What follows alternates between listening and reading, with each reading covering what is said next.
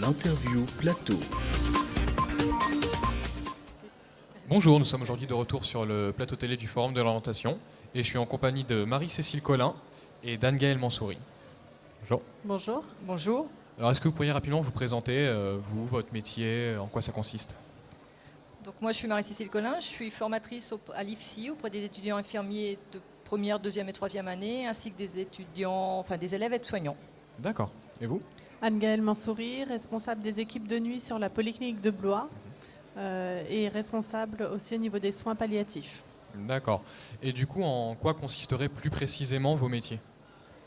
Moi tout simplement je forme les futurs professionnels, que ce soit infirmiers ou aides-soignants, à devenir des professionnels de demain qui viendront dans les services. Donc moi, sur le terrain, on est responsable des équipes de soins. On est là pour faire le lien entre les équipes médicales, paramédicales.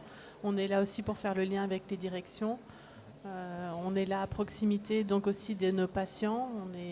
Voilà, on fait Et au niveau du cursus scolaire que vous avez dû emprunter pour atteindre ces métiers-là, ils ont quelque chose de particulier, vous pourrez nous en parler un petit peu? Alors il faut d'abord pour être formatrice, être infirmière avant tout. Donc 3 ans d'études. Et ensuite, j'ai fait une spécialisation puisque je suis cadre de santé. Donc une formation d'1 an pour pouvoir ensuite être formatrice donc à l'IFSI. D'accord. Donc moi, j'ai fait le même parcours avec 3 ans d'école d'infirmière. Et ensuite, au courant de ma spécialisation en soins palliatifs, donc c'est un DU, un diplôme universitaire qui s'est déroulé sur 2 ans. Et ensuite, je fais fonction cadre sur la polyclinique actuellement. Voilà. D'accord. Et du coup, est-ce qu'il y aurait des avantages ou des inconvénients particuliers qui pourraient vraiment impacter votre vie personnelle dans ces métiers-là?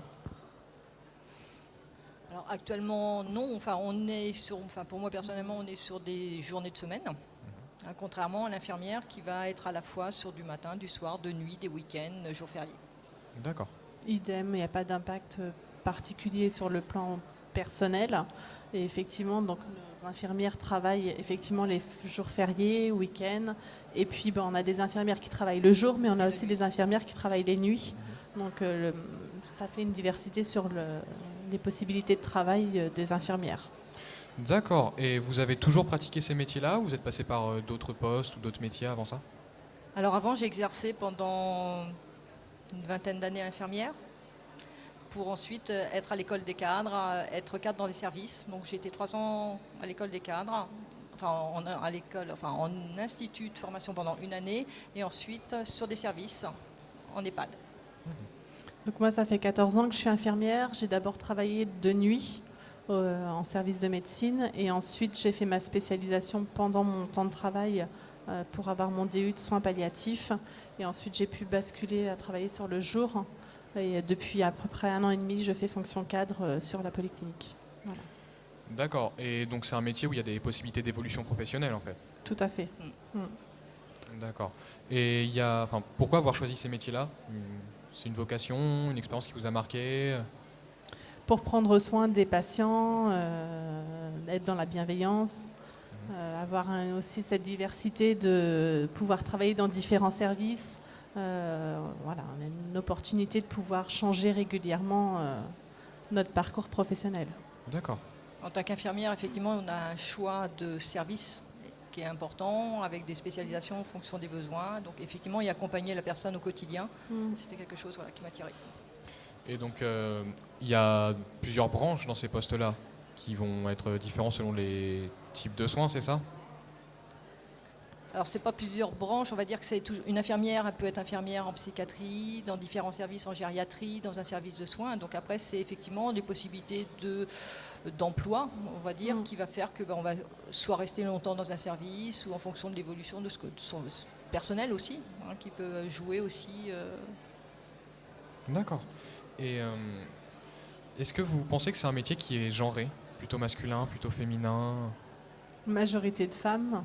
On a quand même quelques hommes. Là, actuellement, nous, en formation, je dirais, sur les 3 promotions infirmières, actuellement, je dirais qu'il y a 10 à 15 étudiants infirmiers masculins, donc pour un groupe, pour 120 au total. Hein, donc voilà. D'accord. C'est une profession qui, effectivement, qui évolue. On a de plus en plus d'étudiants infirmiers Ouais, donc, masculins. ça prend le chemin de, entre guillemets, plus d'égalité au niveau homme-femme dans cette branche de métier-là. Il y a de plus en plus d'étudiants masculins qui vont arriver. De plus en plus, mais quand même un minimum. Ouais, ça reste moindre, mais il y en a plus qu'avant. Oui. Oui. D'accord. Et est-ce que c'est un métier qui a demandé de la mobilité ou pas du tout? Alors on peut être amené à être mobile Ouais. pour les infirmières qui travaillent à domicile, parce qu'on a aussi cette possibilité d'exercice. Après, dans les secteurs Après, de soins. dans les secteurs de soins, il suffit aussi, peut-être qu'il y a un besoin dans un service, on peut être amené, effectivement, être amené à aller changer de service momentanément sur une journée pour aller donner un renfort, par exemple, dans un service. En tant qu'infirmière, c'est souvent ce qui peut se faire. Donc c'est pas des choses qui vont être prévues à l'avance, ça va vraiment Non, être pas sur du le tout. coup, au jour Non, le jour, entre Au jour guillemets. le jour, tout à fait. D'accord. Et en fonction des compétences aussi des infirmiers, il y en a, Oui. voilà, aller en réanimation, ça ne sera pas, Oui. tout le monde ne pourra pas y aller, par exemple. D'accord. Et alors j'aurais une dernière question à vous poser. Est-ce que vous auriez des conseils particuliers à donner aux jeunes qui voudraient se lancer dans ce métier-là en particulier? Il y a du travail, Ouais, beaucoup. il faut- Il y a une pénurie, effectivement, autant au niveau, je dirais, des aides-soignants, hein, qui est, je dirais, on peut être aide-soignant et infirmier ensuite. Mais des infirmiers, il y a du travail. Après, effectivement, il faut savoir être disponible, à l'écoute. C'est un métier qui est effectivement prenant, hein, et ça, il faut en connaître les conséquences derrière. Moi, je dirais plus aussi s'adapter aux horaires, parce qu'il y a des Voilà. contraintes horaires quand même qui sont assez importantes. Hein. On peut commencer de bonne heure le matin, travailler tard le soir, ou même travailler la nuit, les week-ends, les jours fériés. Donc c'est vraiment être prêt à faire ce sacrifice. C'est un métier qui a demandé beaucoup de flexibilité en fait. Tout à fait. Ouais. D'accord. Et puis, il faut aimer accompagner les autres et voilà, être dans l'écoute. On va avoir un contact humain. Voilà, La tout à fait. bienveillance. Ouais. Et la bienveillance. D'accord. Eh ben, merci beaucoup d'avoir répondu à mes questions et d'avoir été présente pour cette interview. Merci. Merci à vous.